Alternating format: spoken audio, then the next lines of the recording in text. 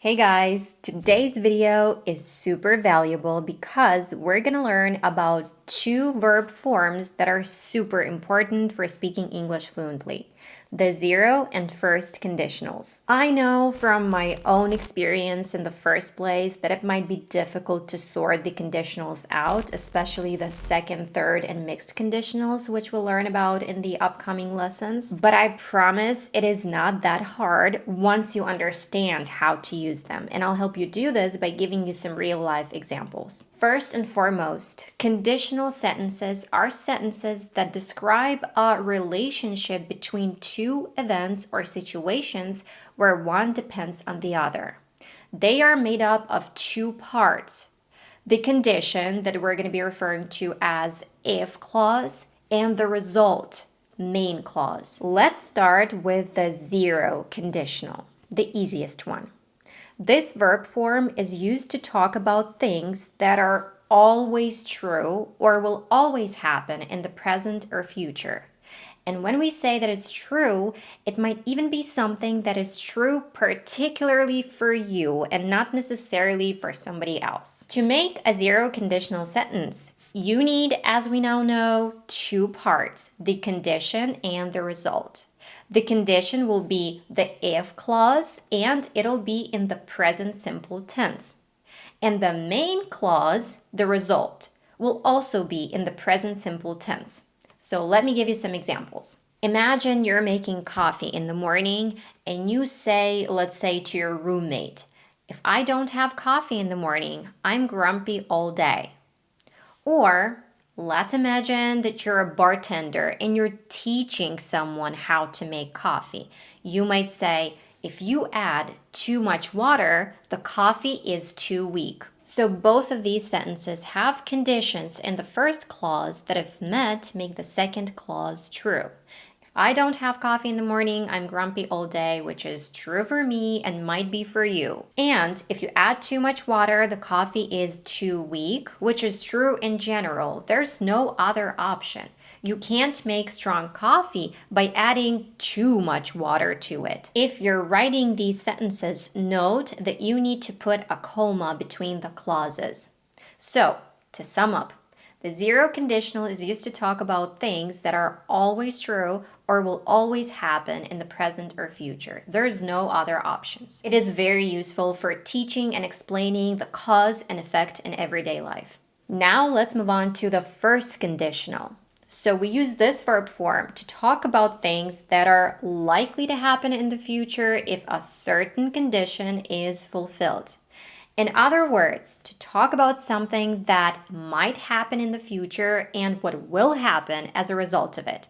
It's like a prediction or guess. You can use the first conditional to talk about possible plans, promises, warnings, threats, or for persuading someone. To make a sentence in the first conditional, you might use the word if followed by something that might happen, and then what will happen if it does. You can see the formula on the screen, and as you can see, we use the present simple tense in the if clause, and we normally use the future simple tense in the main clause. And the key word here is normally, because we can also use modal verbs like can, may, might, or could in the main clause to express a possibility in the future. And we don't use will in the first clause. Now, let's take a look at some real-life examples.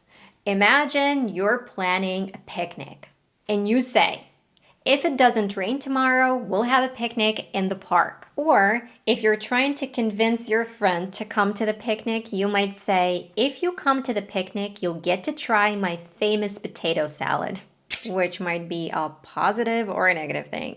So in these two examples, we have something that might happen in the future in the first clause and something that will happen in the second clause if the condition in the first clause is fulfilled. Let's take a look at another example. If he goes to the Taylor Swift concert tomorrow, he could get her autograph. This one's kind of easy to understand. So if he goes to the concert, this is something that might happen in the future.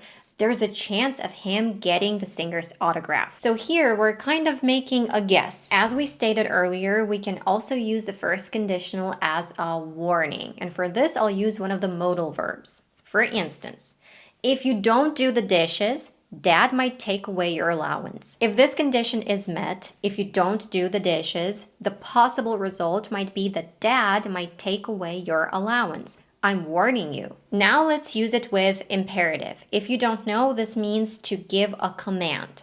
So for instance, if you see that man again, call me immediately. So in the first clause, we have the condition, and if it's fulfilled, you should do what is being told in the second clause. You can also turn the sentence around and use the main clause as the first part of the sentence and the if clause as the second part. And in this case, you don't need a comma between the two clauses. Let's take our last statement as an example. If you see that man again, call me immediately. You can turn it around and say, call me immediately if you see that man again. Let's make a little segue and talk about the sponsor of today's video because it fits perfectly with this topic of pronunciation, as it's an app that helps people improve their pronunciation primarily, but also their intonation and fluency. Elsa Speak. The way it works is you can practice saying different words, phrases, sentences, and even sounds by recording yourself, and Elsa will pinpoint any mistakes you might make by using innovative artificial intelligence technology. And you will get instant feedback compared to a native speaker. The app has 40 plus real life topics and 1,600 plus lessons that range from business topics like everyday office conversations, job interviews, business travel, sales meetings, to casual, everyday topics like movies, food and drink, education, and entertainment. It also has an amazing dictionary that shows you how to pronounce any words or phrases, and community feature that allows you to add your friends and colleagues and compete with a leaderboard, as well as ask for help by posting a word you're struggling with and having friends help you correct it. I think it's super useful and I enjoy it a lot, just like a lot of you guys do. We've been working with them for quite some time now, and we've gotten a lot of positive responses and reviews. You love that it is very convenient because you can learn anytime, anywhere, and I absolutely agree. Even my 4-year-old son enjoys it. So go ahead and download it right now for free and get 7 days of Pro membership for free. The link is in the description and in the pinned comment. Now let me demonstrate to you how it works. You can click Video Conversation to practice conversations. Hi there. My name is Elsa. You can challenge yourself by speaking right away without prior listening to how it is supposed to be said, or you can listen to the line and repeat it. Let's challenge ourselves. Hello, Elsa. Nice to meet you. If you've mispronounced any words or sounds, you can click on them and listen to how they are supposed to be pronounced and practice them. Now let's try to say this whole phrase again. Hello, Elsa. Nice to meet you. Good enough. I also have an exclusive discount for you guys to get whopping 85% off of the Elsa lifetime membership and 40% off of a 1-year membership. All you have to do is just click the link down below in the description and in the pinned comment. So to sum up, we've learned about the zero and first conditionals and how they are used in real life. While the zero conditional talks about things that are always true and will always happen, the first conditional talks about things that are likely to happen in the future based on a real condition in the present. Okay, so let's make this clear. Let's take the example where we were pretending to be a bartender and we were teaching someone to make coffee, and we said, if you add too much water, the coffee is too weak. So there's no other options. You cannot make strong coffee by adding too much water to it. This is just the truth. However, let's take a look at another situation. Let's imagine that you see someone making coffee and they are about to add too much water. So you can use the first conditional here and warn them and say, If you add too much water, the coffee will be too weak. So in the first example, we have something that is always true. And in the second example, we have a possibility that something might happen or might not happen in the future. So we have a real condition in the present. We have someone who's making coffee right now. And if they add too much water right now, there's a chance that coffee might turn out too weak. One piece of advice that I'd like to give you is this. Don't learn these grammatical forms memorizing what the zero and first conditionals are unless you need to be able to explain this to someone. Focus on how and when to use them and apply them in real life. And so I have some homework for you.